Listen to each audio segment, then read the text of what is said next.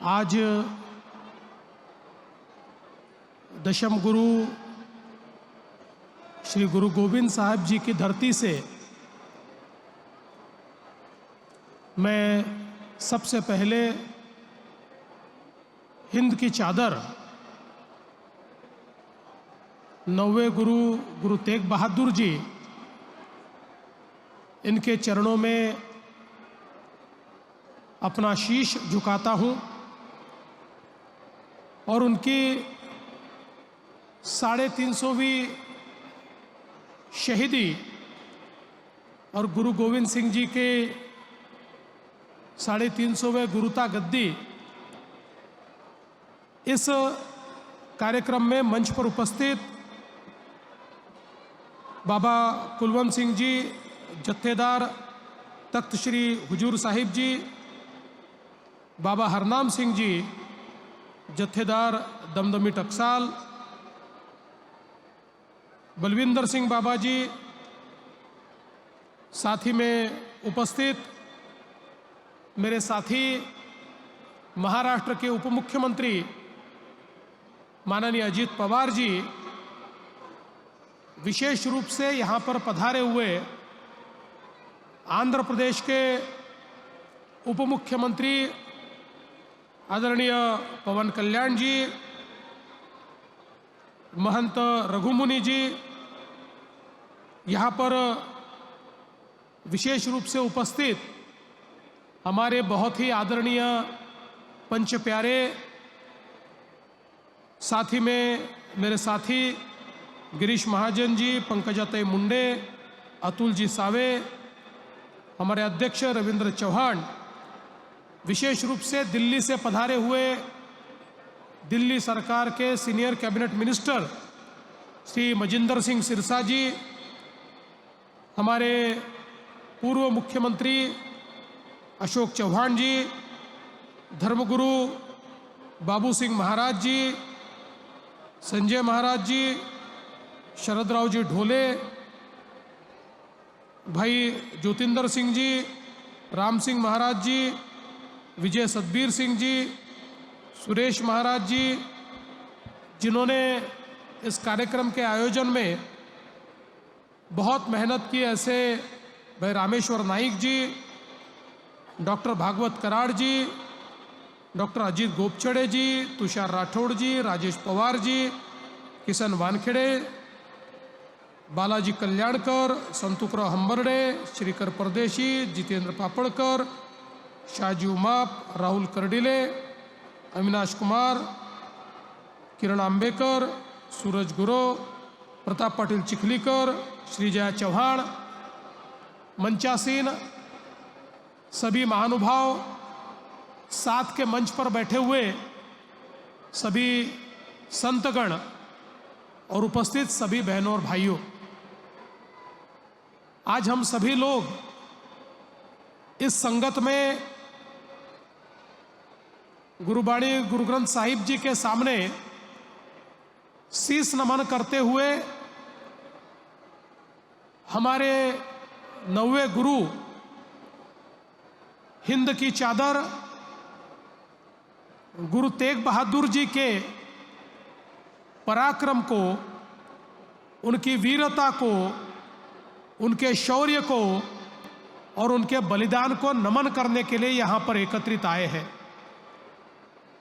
हम सभी लोग जानते हैं हमारे गुरुओं ने जो बलिदान दिया, इस देश की संस्कृति, इस देश की सभ्यता, यहाँ का विचार, यहाँ का धर्म, ये सभी बचाने के लिए ये बलिदान हुआ है।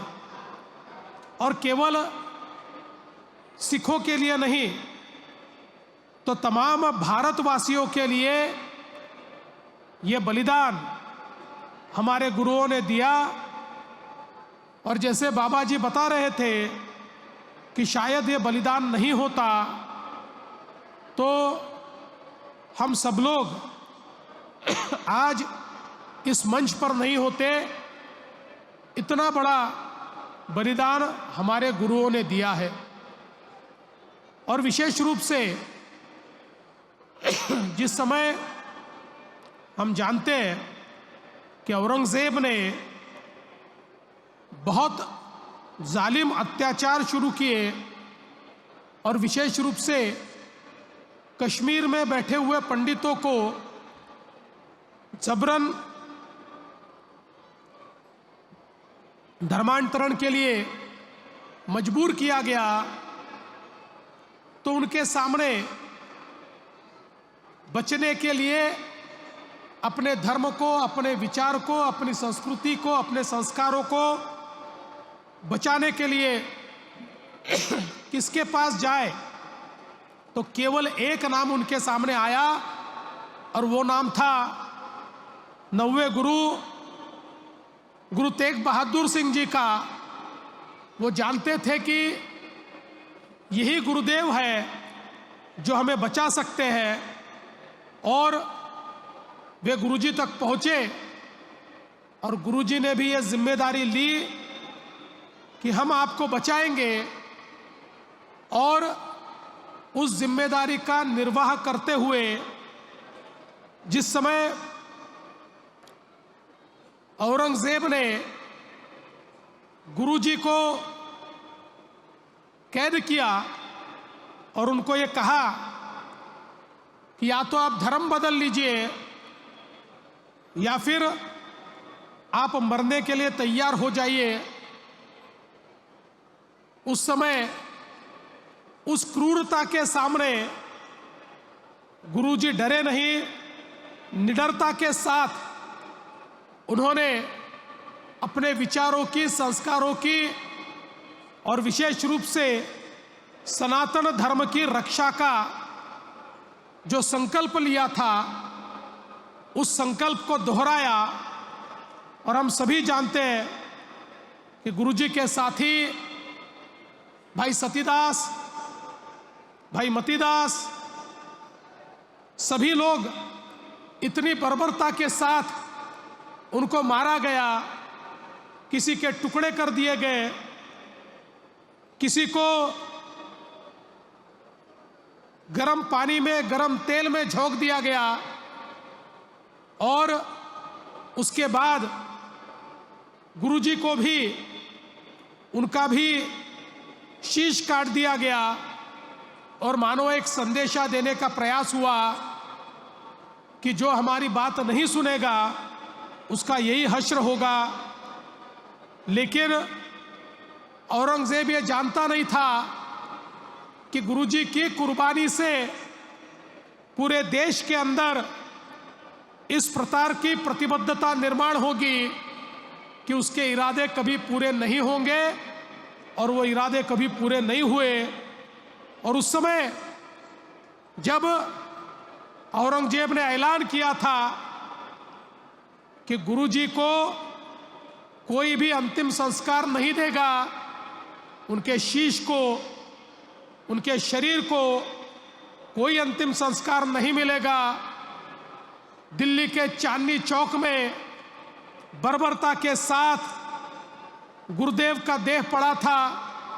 ऐसे समय लकीशा बंजारा जी ने अपने प्रयासों से उनके शरीर को अंतिम संस्कारों तक पहुंचाया, और उसके बाद उन्हीं के सुपुत्र गुरु गोविंद सिंह जी ये 10वें पातशाह बने।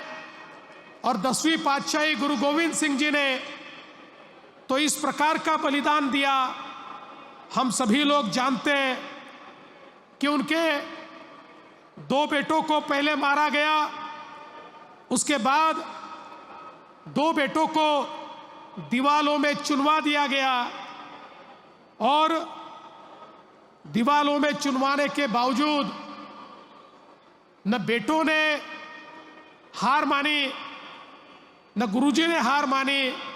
वे लगातार धर्म की रक्षा के लिए, अपने देश की रक्षा के लिए लड़ते रहे। इसलिए ये जो हमारा इतिहास है, ये बहुत वीरता का इतिहास है, शौर्य का इतिहास है, और ये इतिहास केवल सिख पंथ तक, सिखों तक सीमित नहीं होना चाहिए। तो भारत के जन जन को ये पता होना चाहिए कि हमारे गुरुओं ने केवल सिखों के लिए बलिदान नहीं किया, समूची मानवता के लिए ये बलिदान किया है। इसीलिए इस कार्यक्रम का आयोजन हमने किया।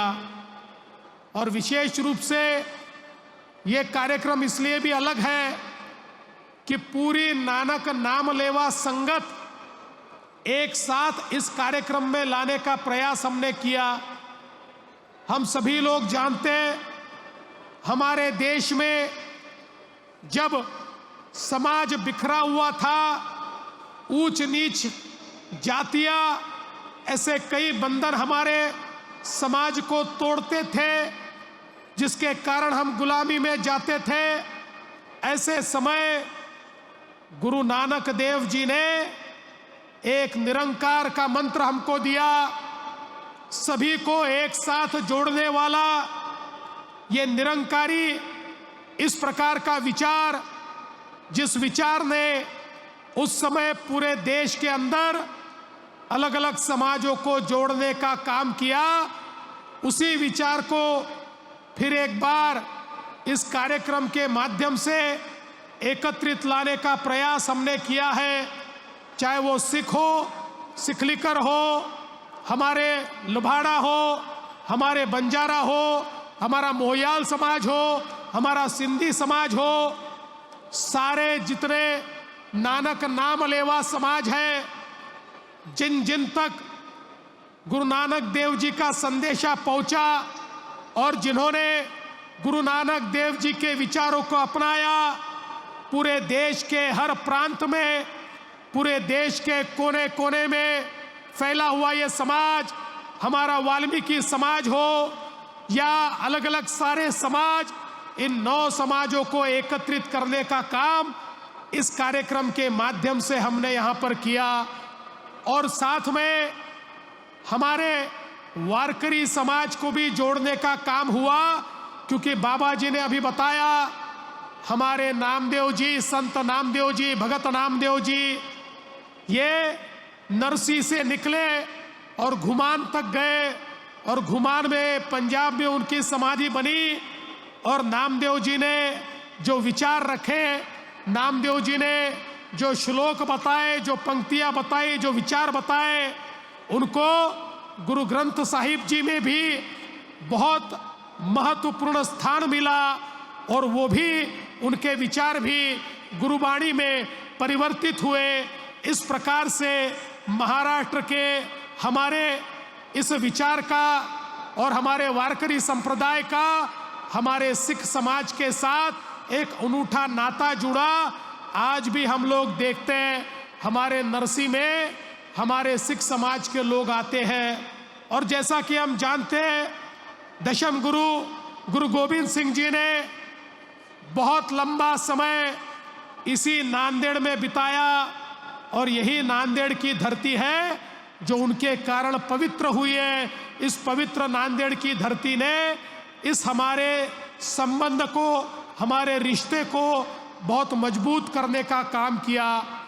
और यही कारण है कि हमने तय किया कि 350वीं शहीदी समागम की ये जो हमारा कार्यक्रम है, ये कार्यक्रम सारे समाजों तक पहुंचना चाहिए, ये कोने कोने तक पहुंचना चाहिए। मैं धर्म जागरण के लोगों का भी आभार व्यक्त करना चाहता हूं। ये कार्यक्रम केवल एक दिन का कार्यक्रम नहीं चल रहा, ये कार्यक्रम हर गांव गांव में जाकर, ये जितने 9 समाजों की हमने बात की है, उस हर बस्ती में जाकर हर बस्ती में अलख जगाने का काम हो रहा है।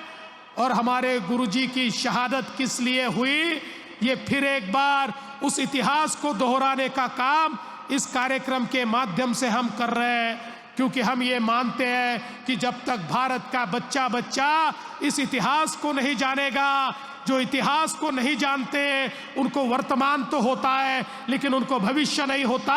अगर भविष्य होना है तो इतिहास भी मालूम चाहिए, और ये जो इतिहास है ये हर घर तक पहुंचाने का प्रयास इस शहीदी समागम के माध्यम से, इस शहीदी संगत के माध्यम से हम लोग कर रहे हैं। और इसीलिए महाराष्ट्र की सरकार ने यह भी निर्णय किया कि हम लोग हमारे इतिहास के पन्नों में फिर एक बार हमारे 10 गुरुओं का जो इतिहास है, उनकी शहादत का जो इतिहास है, उनके विचारों की जो विरासत है, उनकी वीरता का जो ये आलेख है, ये जन जन तक और बच्चों बच्चों तक पहुंचाएंगे। ये भारत का इसलिए इतिहास है, ये उन तक पहुंचाने का प्रयास महाराष्ट्र सरकार की ओर से हो रहा है।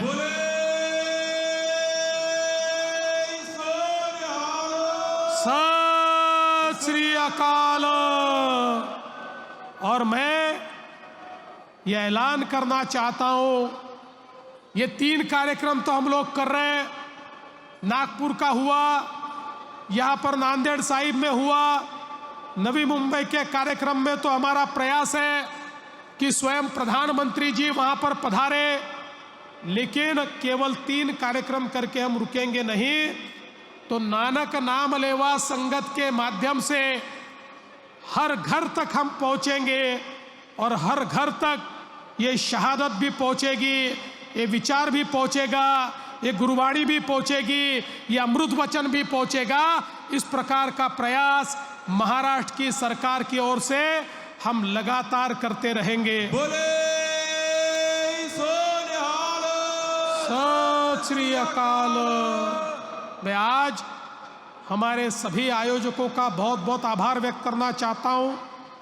हमारे बाबा जी, इन्होंने हमें बहुत अच्छे तरीके से मार्गदर्शन दिया।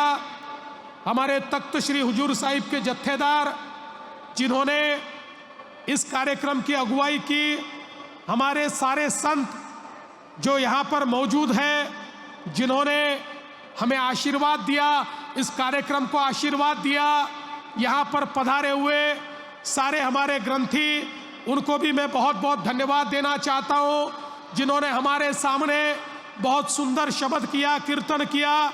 ऐसे सभी का मैं आभार व्यक्त करना चाहता हूँ। हमारा जिला प्रशासन, जिन्होंने इसके लिए बहुत मेहनत की, हमारे रामेश्वर नाइक और यहाँ पर काम करने वाली पूरी टीम, इनका भी मैं बहुत आभार व्यक्त करना चाहता हूँ। और अंत में मैं गुरुजी का आभार व्यक्त करना चाहता हूँ। ये गुरुजी की मेहर है कि हम सब लोग यहाँ पर एकत्रित हैं।